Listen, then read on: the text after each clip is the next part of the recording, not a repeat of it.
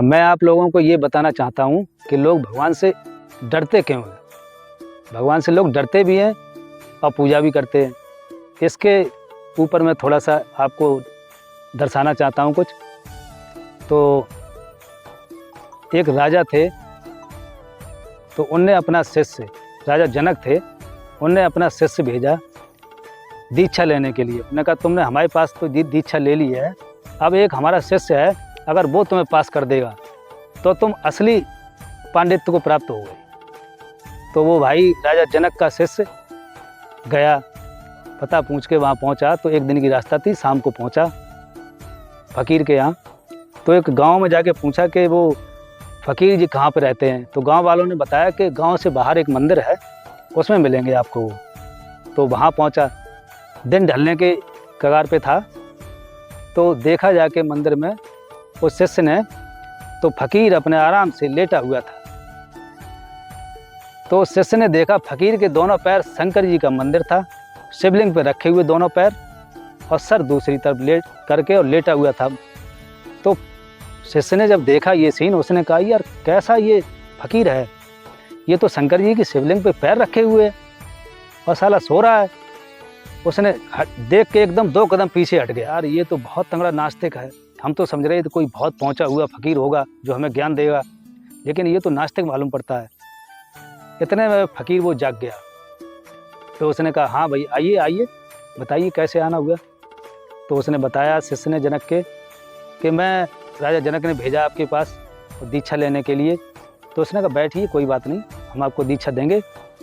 अब वो मन ही मन में सोच रहा है कि यार क्या दीक्षा हमें ये देगा, जो आदमी शंकर जी की शिवलिंग पे पैर रख के सो रहा है वो क्या हमें दीक्षा दे सकता है। चलो कोई बात नहीं, फिर भी वो रुका, क्योंकि दिन ढल गया था इसलिए उसे रुकना पड़ा।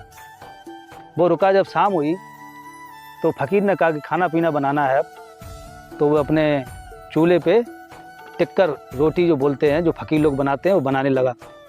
टिक्कर बना के बड़ी बड़ी रोटियां बना के साइड में रखने लगा। तो अचानक से एक कुत्ता आया और 2 रोटी मुंह में दबा के और भागने लगा। उस फ़कीर ने एक डंडा उठाया और कुत्ते के पीछे भाग पड़ा। तो पूरे गांव में चक्कर लगाता हुआ फ़कीर वो कुत्ते के पीछे भागता हुआ फिर वहीं पे कुत्ता आ गया। एकदम कुत्ते के मुंह से ऐसे रोटी पकड़ के लेके कह रहा राम, तुम रोटी यार बिना चुपड़ी कैसे ले गई? आपने रोटी चुपड़ी हुई नहीं खाई, मतलब बिना चुपड़ी रोटी लेके आप भाग गए, इनको चुपड़ना था। जाके अंदर से अपने डिब्बे में से घी देसी ला के चुपड़ के और दोनों रोटी दे दी। कह रहा राम अब ये चुपड़ी रोटी खाइए आप। अब वो शिष्य वहीं बैठा था, उसने देखा, वो 2 कदम पीछे और हट गया। उसने कहा ये कुत्ते से राम कह रहा है, शिवलिंग पे पैर रख के सो रहा है, ये आदमी है कि शैतान है, ये कैसा फ़कीर है। फिर वो और चिंतित हो गया। उसने कहा अब तो हमें जाना पड़ेगा, अभी अब हम यहाँ नहीं रुक सकते बिल्कुल भी। जो फ़कीर कुत्ते से राम कह रहा है, कह रहा राम तुमने बिना चुपड़ी हुई रोटी क्यों लेके भाग गए और शिवलिंग पे पैर रख के सो रहा है। वो फ़कीर फिर वो शिष्य बहुत घबराया और वो वहाँ से रात में ही भाग खड़ा हुआ। रात में भागने के बाद फिर अपने राजा जनक के पास आया, उसने सारी स्टोरी बताई। तब राजा जनक ने कहा कि तुमने उसको जान नहीं पाया, आप जान ही नहीं पाए कि असली प्रेम क्या होता है। आज हम भगवान की जो पूजा कर रहे हैं, वो स्नान करके जाएंगे, कोई गलत काम नहीं करेंगे, गलत नाम जप नहीं करेंगे, तो भय के कारण से इतने काम जो कर रहे हैं। अगर हम किसी से प्रेम करते हैं, जैसे हमारा कोई मित्र है, तो हम जब उससे असली प्रेम करते हैं तो उसके साथ मिल भी सकते हैं, उसके साथ लेट भी सकते हैं, कुछ भी कर सकते हैं। जब हमारा सच्चा प्रेम होगा तो फिर उसमें कोई दोष नहीं होता है। जो लोग भय से पूजा कर रहे, वो कभी सच्चा प्रेम नहीं कर सकते। उस फ़कीर का सच्चा प्रेम था, इसीलिए तो उसे कोई भय नहीं था कि हम पैर शिवलिंग पर रखें या शिव जी मेरे ऊपर पैर रखें। वो तो जब एक ही हो गए, प्रेम का मतलब होता है एक होना, जुड़ना।